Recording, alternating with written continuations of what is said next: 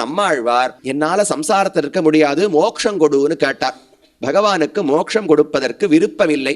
ஏன்னா ஆழ்வார் ஒரு பக்தரை மோட்சத்துக்கு அழைத்து கொண்டு போய்விட்டால் யாரு 4 பிரபந்தம் பாடி நமக்கெல்லாம் அர்த்தத்தை சொல்லுவது?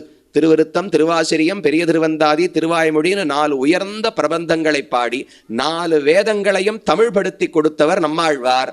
அவருக்கு பக்தி வந்தவுடனே மோட்சத்தை கொடுத்துட்டா நமக்கு உபதேசம் பண்ணுவதற்கு ஆள் கிடையாது. அதனால பகவான் வேண்டுமென்றே அவரை திசை திருப்புகிறார். மோட்சம் இருக்கட்டும், இதோ பாரு திருவிட வெந்தையில எவ்வளவு அழகா நான் சேவை சாதிக்கிறேன், அதை பத்தி ஒரு 10 பாட்டு பாடுமேன்னு சொல்லுவார். சரின்னு ஆழ்வார் பாடுவார். திரும்ப மோட்சம் ஞாபகத்துக்கு வரும், மோட்சம் கொடுன்னு கேட்பார். இப்ப திருவேங்கடத்துல எவ்வளவு உயர்ந்த மலை, விண்ணோரும் மண்ணோரும் எல்லாரும் சேவிக்கிறதுக்காக நான் இருக்கேன், அதை பாருமேனா சௌசீல்யத்தை பத்தி ஒரு 10 பாட்டு பாடுவார். திரும்ப மோட்சம் ஞாபகத்துக்கு வரும், இதோ திருவரங்கத்தில் இருக்கேனேன்னு காட்டுவார். இப்படி காட்டி காட்டியே 1200 1400 பாட்டு பாட வச்சுட்டார். இப்ப கடைசியில முடிய போறது வைகுந்தம் கொடுப்பதற்கு பகவான் தயார். அப்ப ஆழ்வாரிடத்துல பகவானுக்கு ஒரு விசித்திரமான ஆசை ஏற்பட்டது.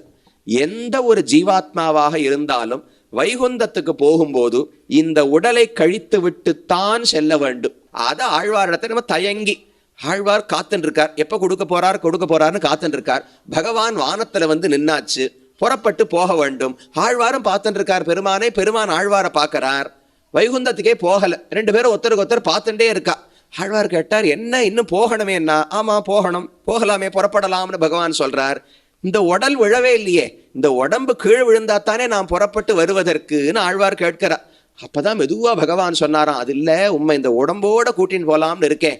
இல்லையே, சாஸ்திரம் கூடாதுன்னு சொல்றது என்னால், அதை பத்தி உமக்கு என்ன கவலை, எனக்கு இந்த உடம்பு வேண்டும். இவர் தூக்கி வாரி போட்டுது, அப்படிலாம் பண்ண முடியாதே, உடல் கழிஞ்சால்தான் போக முடியும், இது தகாதுன்னு சொல்லி பார்த்தார்.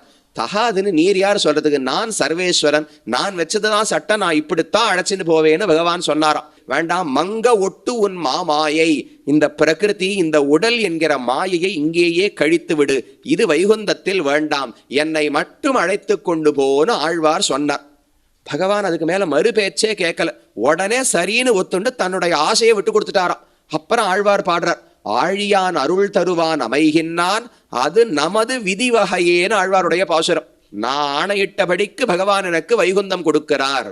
என்ன சொல்லணும்? நான் சரணாதி பண்ணேன், காலில் விழுந்து கெஞ்சினே, அவர் அனுகிரகத்தால அருளால கருணையால எனக்கு கொடுத்தார்னு சொல்லணுமா?